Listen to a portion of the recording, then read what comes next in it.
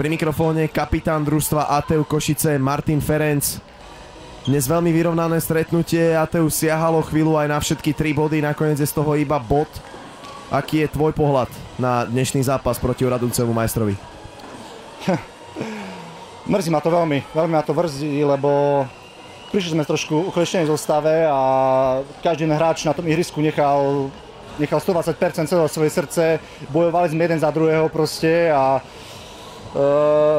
nechcem komentovať nejaké fauly, ale na konci tie vylúčenia to bolo proste úplne zbytočné dvojky od rozhodcov, takže mrzí ma to strašne veľmi, lebo máme zlú ťažkú za celú sériu, 7 prehier, proste tu nás siahame na nejaký úspech a takýmito hlúpými vylúčeniami proste o to prídeme, čiže som sklamaný za hráčov aj za seba, proste, že sme to nedotiahli do konca, lebo Prial som nám to a myslel som si, že sme mali na to, aby sme stadiaľ zobrali tie 3 body dnes. Bohužiaľ to nevyšlo, čiže mrzí to.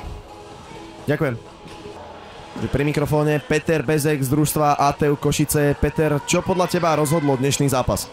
Myslím si, že efektivita určite, lebo šance boli na oboch stranách vyrovnané a veľa príležitostí. Myslím, že aj diváci si mohli pozrieť dobrý florbal dneska.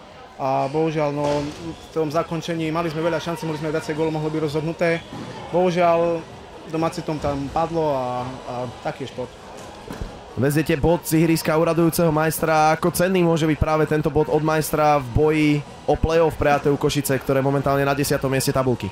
Áno, určite ten bod má cenu zlata pre nás momentálne, lebo stiahame tú šnúru pre hier a chceli sme to dneska zlomiť, aj keď uradujúci majster samozrejme išli sme tu s rešpektom. Ale bod si ceníme, no a uvidíme, myslím si, že dnes sme predviedli dobrý výkon a odrazíme sa od tohto výkonu do ďalších zápasov. Ďakujem. Martin Kubovič z družstva 1. FBC Florbal Trenčín. Martin, čo podľa teba rozhodlo dnešný zápas proti ATU Košice? No verím, že kvalita, ktorú sme teda my ukazovali v podstate možno celý zápas, akurát, že možno tá prvá tretina za stavu 1-1 to veľmi vyhovovalo ATUčko, lebo oni sa chytili, oni boli emočne na tom lepšie, oni tam zblokovali veľa striel a oni sa dostali možno až do laufu a to im vyhovovalo. Proste my sme tu bušili sme a tá finálna fáza nebola z našej strany úplne ideálna, ale ten florbal možno nebol až tak zlý z našej strany tú prvú tretinu, akurát sme nedali góly. No tá druhá tretina nebola vôbec dobrá z našej strany a v tej tretej tretine to opäť sa možno tak trochu ukázalo tá kvalita na našej strane, že sme viac chceli dať ten gól a viac to rozhodnúť. Vďaka Bohu, že aspoň v tom predĺžení to padlo, lebo trápili sme sa v koncovke celý zápas. Ďakujem.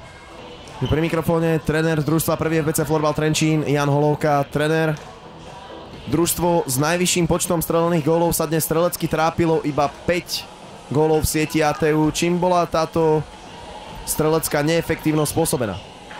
Těžko říct, my už jsme se trapili střelecky na Dubnici, takže to není asi úplně značka ideál teďkom před Vanocema. Je pravda, že jsme dneska vyhořeli opravdu na tom, že jsme nebyli schopni už ani branku prázdnou trefit. Není to dobré, no, ale tak to je prostě sport, no, to se může stát někdy. V minulej sezóne tu na domácej ploche takisto vyrovnaný zápas proti ATU, kde ste sa rovnako strelecky trápili. Minulú sezónu ste prehrali, túto sezónu je to víťazstvo po predĺžení.